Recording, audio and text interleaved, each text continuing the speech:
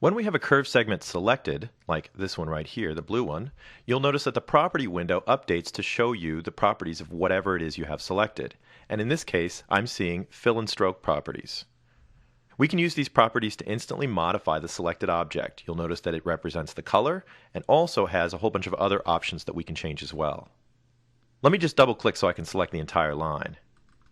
Notice that my double click selected all of the connected segments that have the same properties, or the same color in this case.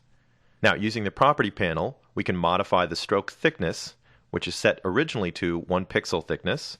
I can either do that by dragging the slider up here, and you can see we get a much thicker line, or I could type in an exact number for a thickness that I want, like 15. In addition to that, we have some style settings. By default, you're going to be drawing solid lines, but you can see that we can draw dashed or dotted or even a ragged or stippled line. I still have the connection of this line to the original vector underneath it, even though I've got this ragged setting on top of it. And if I deselect, I can still go back and modify the shape of the line, or even double click to grab all of it again. Now let me set this back to a solid line, and we'll take a look at the caps and joins. The caps are basically going to be stylizing the endpoints of your line. This will show up when you have a really thick line. I could modify it to square, and you can see I have a very blunt edge to the line now. The joins are going to modify any corner points on the line, and this is a good representation right here.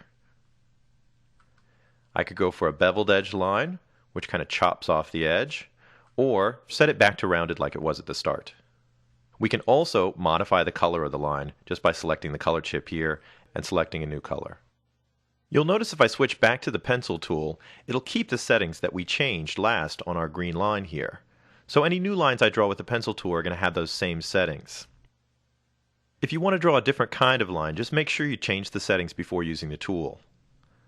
I'll go ahead and change the color of my line here to a red, drop the stroke back down to 1 pixel, and I'll change my pencil tool options to give me a smooth line and draw that over here.